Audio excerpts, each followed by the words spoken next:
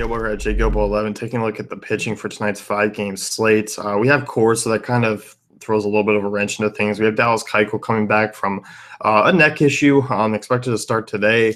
I would not imagine that Houston will run out Keuchel if he was not 100%, so I'm okay with using him. Comes back against a decent matchup against Baltimore. They do rank 13th in WOBA against righties. They do against lefties.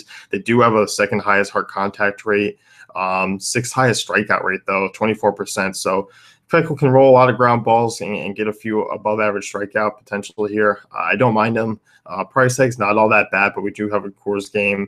There aren't a ton of cheap bats on the slate unless lines come out, and there's just a lot that gets worked in for a Saturday. But for the most part, I mean, I kind of like paying down and going with maybe one of the San Francisco Atlanta guys and kind of getting some bats in there. I think that might be the way I play things tonight. I don't mind Keuchel if you can find the value, you can find the bats to work in and still get some exposure elsewhere. But everything's really solid. Solid ground ball rate, 67%. I mean, his best seasons, 2014, 2015, where he had an ERA under 3. He was in that 60% range. This year, much more the same. He's under 2. Weak contact, 31%. It's very solid on the year. So big home favorite, Baltimore low total. I don't mind Keuchel, but not a must play for me on this slate. Garrett Cole, this is just a big GPP situation on both sides for me. I like Mets against him as a contrarian play. I like Cole as a contrarian play off of Keuchel and off of kind of the cheaper guys. Cole, 321 WOBA to lefties, which is a number that you always need to look at when playing the Mets. It does drop to 212 at home. PNC Park obviously helps limit damage, but career sample size, I mean, Cole's not bad against lefties, 306 WOBA.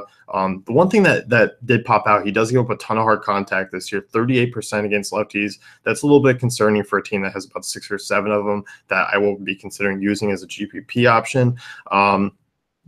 But Garrett Cole, in that ballpark, I'll still consider him in tournaments. And even Zach Wheeler on the other side. I'm not particularly intrigued. I mean, you get Gregory Polanco back into the lineup. You get Adam Frazier, who's given him a little bit of life. I mean, this lineup's not awful. They don't strike out a ton. They don't give up a ton of upside against guys like Zach Wheeler. You're just kind of hoping Zach Wheeler can go out on a 2-pitcher site and just kind of look and